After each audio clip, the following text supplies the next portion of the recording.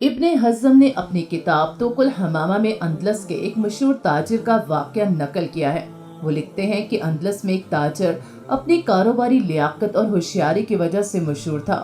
एक बार उसमें और दीगर 4 ताजरों में मुकाबला ठन गया।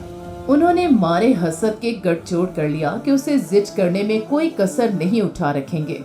एक सुबह वो ताजर सफेद बुराक लिबास पहने और सफेदी अमामा बांधे घर से दुकान की तरफ रवाना हुआ।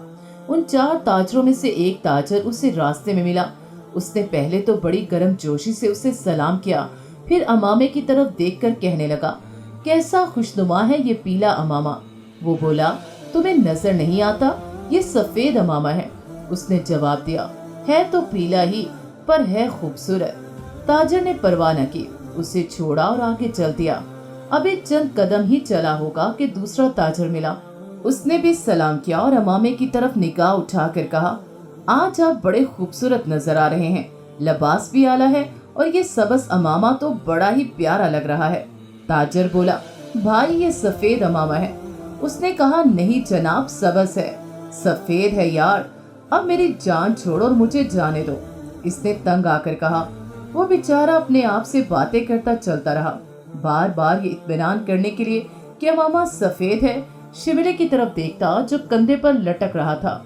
इसी शशो पंच में वो अपनी दुकान पर पहुंचा और ताला खोलने लगा तो तीसरा ताजर आगे बढ़ा और बोला, भाई वाह, आज की सुबह तो बहुत खूबसूरत है, इस पर तरह, ये तुम्हारा दिलकश लिबास माशाल्लाह, और ये तुम्हारा नीला अमामा तो सोने पर सुहागे का काम कर रहा है।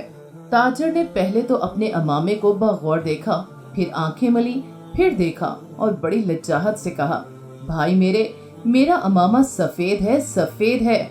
वो बोला, अरे नहीं, नीला है, मगर फिक्र की कोई बात नहीं, अच्छा लग रहा है। ये कहकर उसने सलाम किया और चल दिया। ताजर चीखता रहा, अमामा सफेद है, सफेद है, सफेद है।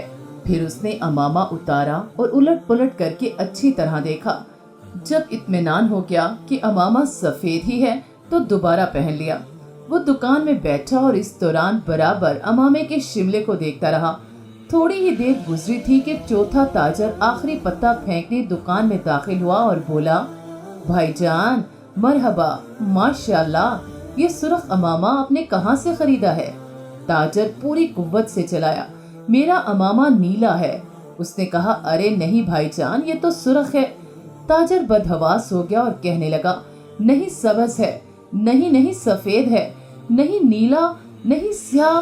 फिर हंसा, फिर चीखा, फिर रो दिया और खड़ा होकर उछला। इसके बाद बाहर की तरफ दौड़ लगा दी। इब्ने हज़्म का कहना है, उसके बाद वो ताजर पागल हो गया। मैंने उसे कई बार देखा, वो अंदलस की सड़कों पर मारा मारा फिरता और बच्चे उसे कंकर मारा करते थे।